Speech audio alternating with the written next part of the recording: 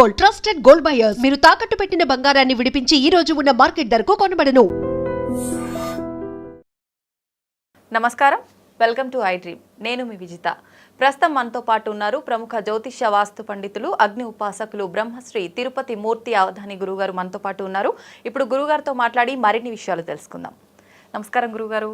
ఓం శ్రీ మహాగణాధిపతయే నమః. గురుగారు, ఈ నెల 25వ తారీఖు పౌర్ణమి రోజు చంద్రగ్రహణం రాబోతుంది అని అంటున్నారు. అయితే నిజంగానే ఆ రోజు గ్రహణం ఉందా? ఈసారి వచ్చే ఈ గ్రహణానికి చాలా ప్రమాదకరమైన పరిస్థితులు ఏర్పడబోతున్నాయని కూడా చెప్తున్నారు. అది ఎంతవరకు నిజం గురుగారు? వాటి నుంచి బయట పడాలి అంటే ఆ రోజు ఎటువంటి జాగ్రత్తలు తీసుకోవాలి, నియమాలు పాటించాలి?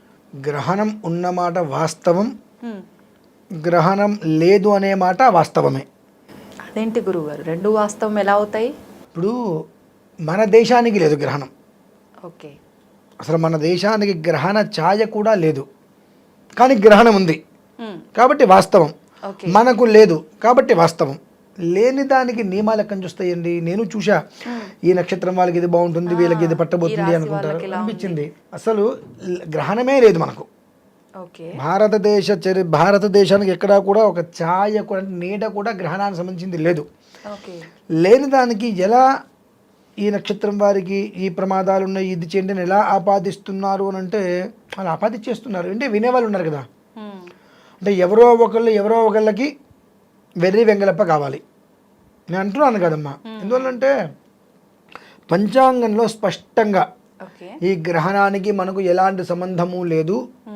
గ్రహణం అనేటువంటి మాటకి స్నానం కూడా చేయవలసిన అవసరం లేదు. కాకపోతే మనకు అనాది నుంచి గ్రహణం పట్టు విడుపు స్నానాలు అనేటువంటిది ఆచరణలో ఉన్నాయి కాబట్టి సెంటిమెంట్గా ఫీల్ అయితే చేయండి, మినహాయిస్తే స్నానంతో కూడా సంబంధము లేదు అనేటువంటిది చెప్పబడింది పంచాంగంలోనే. అంటే ఆ నమ్మకం ఉంది అని నమ్మే వాళ్ళని స్నానం ఆచరించాలి. ఒకవేళ ఆచరించాలి అంటే ఎట్లా ఆచరిస్తారు గురుగారు? సమయం గ్రహణం సమయం ఉంది, ఆ గ్రహణ సమయం అందులో ఒక సమయం అనేది ఉంటుంది. ఏ సమయానికి ఉంటుందో ఆ సమయానికి స్నానం చేయటం. అంటే లేని దానికి దేనికంటే అంటున్నా. అసలు ఇప్పుడు అది సెంటిమెంట్ అని అంటున్నా. సెంటిమెంట్ అనేటువంటి దేనికి ఉపయోగం? దేనికి ఉపయోగం లేదు. బకెట్ నీళ్ళు వేస్ట్. అసలు హైదరాబాద్లో నీటి కరువు బాగా ఉంది. బకెట్ అంటే అలాని కదమ్మా నేను అనేది. అంటే ఉన్నదాన్ని మనం చెయ్యకపోతే ఎంత ప్రమాదమో, లేని దాన్ని చేస్తే అదే ప్రమాదం తిరిగి వస్తుంది మనకు. ఖచ్చితంగా నేను చెప్పాను, వాళ్ళు చెప్పారు, ఇంకొకరు చెప్పారు, విషయం పక్కన పెడితే పంచాంగంలోనే గ్రహణం లేదు, గ్రహణం ఉంది, రెండు రాసి ఉంది. అంటే ఏంటి? మన దేశానికి గ్రహణం లేదు, అమెరికా అటువైపు వాళ్ళకి గ్రహణం ఉంది. వాళ్ళకి మనకు సుమారుగా 12 నుంచి 13 గంటల సమయం ఉంది. వాళ్ళకి రాత్రి అయితే మనకు పగలు. మనకన్నా వాళ్ళ కింద ఉన్నారు, మన పైన లేరు కదా, మనకన్నా వాళ్ళ కింద ఉన్నారు. గ్రహణ స్థితి అనేటువంటిది మనకి ఏ కోశాన లేదు అన్నప్పుడు దాని గురించి మనం ఎందుకు ఆలోచించాలి?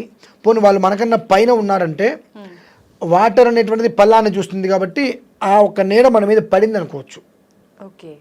అసలు లేదు కదా, మనం ఎత్తులో ఉన్నాం, వాళ్ళ కింద ఉన్నారు. ఉన్నప్పుడు ఈ నీళ్ళు ఎంత ఎత్తైనా కిందకి రావాల్సిందే మళ్ళీ, అంటే పైకి పడవు. దాని గురించి అసలు ఆలోచించాల్సిన అవసరం ఏముందండి? చిన్న లాజిక్. అంటే మనకు సంబంధం లేని దాని విషయాన్ని కూడా మనము చర్చించి ఒక చిన్న బియ్యపు గింజ పెట్టి దాన్ని భూతద్దంలో చూపించి, ఆ బియ్యం గింజ ఇంత ఉంది చూడండి అని మనం చూపించి ఏం చెప్తున్నాం జనాలకి? ఏమీ లేని దాన్ని కూడా మసిపూసి మారేడుకాయ చేసినట్లుగా ఒక భయాన్ని తీసుకొచ్చి పెడుతున్నాం. దీనివల్ల ఎవరికి లాభం? అందరికీ నష్టమే. చెప్పేటువంటి నాలాంటి వాళ్ళకి లాభమేమో, భయాన్ని తీసుకొచ్చి పెడితే ఉన్న వాళ్ళందరికీ నష్టమే. ఎందువల్ల నష్టం? గర్భిణీ స్త్రీలకు కూడా పట్టింపు లేదు. గర్భిణీ స్త్రీలకే పట్టింపు లేదంటే నాలాంటి వాళ్ళకి, మీలాంటి వాళ్ళకి పట్టింపు ఎందుకు ఉంటుంది? ఇంకా సహజంగా గ్రహణంలో వాళ్ళు జాగ్రత్తగా ఉండాలంటారు. అటువంటి వాళ్ళకే సంబంధం లేనిది ఇది. సామాన్యమైన మనిషికి అస్సలు సంబంధమే లేదు. కాబట్టి దీని గురించి ఏదో ఉంది, ఈ నక్షత్రానికి బాగాలేదు, ఆ నక్షత్రానికి బాగాలేదు, ఆ రాశి వారికి బాగాలేదు అని చెబుతుంటే ముందు అవి చూడటం మానేయాలి. అవి చూస్తే ఏమీ లేకపోయినప్పటికీ కూడా ఏదో ఉంది అనేటువంటిది ఇక్కడ ఒక భయం పడిపోతుంది. ఈ భయం ఏం చేస్తుంది? మనం బయటకు వెళ్తుండగా ఎదురు దెబ్బ తగులుతుంది. ఆయన గ్రహణానికి ఏదో ఉంది, ఆయన చెప్పారు, అందుకని ఎదురు దెబ్బ తగిలింది. మన భయం వల్ల తగిలిందని మనం అనుకోవట్లా. కాబట్టి అంటే ముందు ఇటువంటి ఏదైనా ఉంటే చూడటం మానేస్తే సగం మనల్ని మనం బాగు చేసుకున్నట్టే. కాదు నేను చూస్తాను చెందుతాను అనుకుంటే మంచిది, శుభం. నువ్వు విజయవాడ వెళ్ళాలి, ఏ బస్సు ఎక్కాలి మీరు? విజయవాడ వెళ్ళే బస్సు ఎక్కాలి. శ్రీశైలం వెళ్ళే బస్సు ఎక్కుతా అంటే అదట్ట విజయవాడ వెళ్తుంది. మీరు ఎక్స్ప్రెస్ ఎక్కండి, ప్యాసింజర్ ఎక్కండి, లేదంటే ట్రైన్ ఎక్కండి, ఫ్లైట్ ఎక్కండి, కార్ ఎక్కండి, విజయవాడ వెళ్ళేది ఎక్కితే మీరు విజయవాడ వెళ్తారు. కానీ సూపర్ ఫాస్ట్ ఎక్స్ప్రెస్ అని చెప్పి నేను కాకినాడ వెళ్ళేది ఎక్కుతాను, కాకినాడ కాదు తిరుపతి వెళ్ళేది ఎక్కుతాను, లేదంటే ఇంక శ్రీశైలం వెళ్ళేది ఎక్కుతాను అంటే అది విజయవాడ ఎందుకు వెళ్తుంది అంటే ఆలోచన. చాలా వేగంగా వెళ్తుంది బస్సు అంటే ఎంత వేగంగా వెళ్ళి విజయవాడ వెళ్తుంది కదా.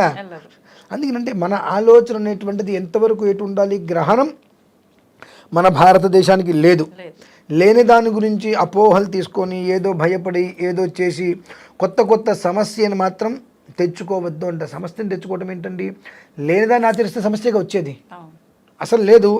దాన్ని ఏదో ఆచరిస్తూ అంటాం. ఆ లేనిదాన్ని ఆచరించావు అంటే ఆచరణకి అర్హత లేనటువంటి దాన్ని నువ్వు ఆచరించావు అంటే అది కొత్త సమస్యను తీసుకొచ్చినట్టే కదా. ఆచరణకి అర్హత ఉన్నాయి ఏంటవి, అసలు నీకు సంబంధం లేదు, పట్టించుకోకర్లా. నువ్వు ఉదయం లేచావా, టిఫిన్ చేసావా, టీ తాగావా, ఆఫీస్కి వెళ్ళావా, భోజనం చేసావా, రాత్రి ఇంటికి వచ్చావా, తిన్నావా, పడుకున్నావా, నిత్య జీవితంలోనే ఆ రోజుగా అలానే ఉండు. నీకు శంక ఉంది, శంక ఉన్నప్పుడు భగవాన్ నామస్మరణ చేసుకో. ఆ శంకతో చేసుకోవద్దు. నువ్వు శంకతో చేసుకుంటే ఉపయోగం లేదు. నిత్యం నాకు ఎందుకు భగవాన్ నామస్మరణ చేసుకుంటాను కాబట్టి ఇప్పుడు కూడా చేసుకుంటానని చేసుకో. అంటే గ్రహణ ఛాయలు ఉన్నాయేమో, అవి పడతాయేమో అంటే దీనికి చిన్న కథ చెప్తానండి.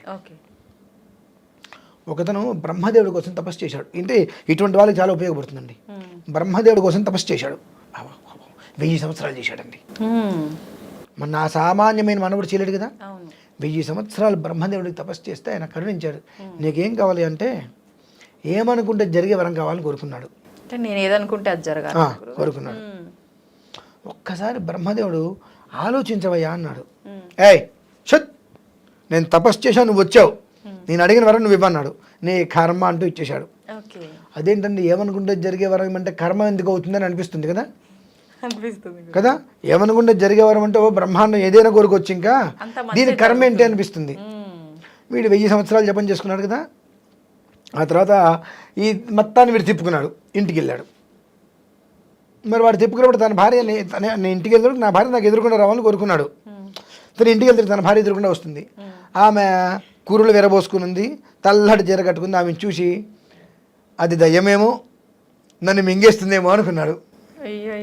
అయిపోయింది.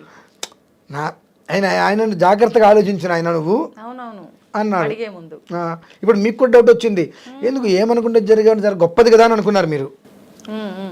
అనుకోగానే నా భార్య నాకు ఇంట్లోకి వెళ్ళగానే ఎదురుకుండా రావాలని కోరుకున్నాడు. వాడు ఇంటికి వెళ్తాడు, తన భార్య ఎదురుకుండా వచ్చింది. చక్కగా తెల్ల చీర కట్టుకొని తను కోరుకున్నాడు, తెల్ల చీర కట్టుకోవాలి, కుర్రులు గాల్లోకి ఎగురుతుండాలని కోరుకున్నాడు. సడన్గా చూడంగానే దయ్యమేమో నన్ను మింగుతుందేమో అనుకున్నాడు. ఆవిడ దయ్యమైంది, వీడిని మింగేసింది. వీటి 1000 సంవత్సరాలు తపస్సు చేసి ఏంటండి ఫలితం? అలా నీది కూడా అమ్మ. అంటే చెప్తే నవ్వులాటగా ఉంటుంది, కానీ అనవసరమైన దాంట్లో వేలు పెట్టి అది తలకి చుట్టించుకునే దానికన్నా నమస్కారం చేసుకుని పక్కకి తిప్పుకోవడం చాలా శ్రేయదాయకం. అది పరిస్థితి. మొత్తానికి గ్రహణ ఛాయలు ఎక్కడా కూడా మన భారతదేశం పైన లేవు. నియమాలు అవసరం లేదు, భయపడాల్సిన అవసరం అంతకన్నా లేదండి. లేదండి. ఓకే, థ్యాంక్ యూ గురువు గారు.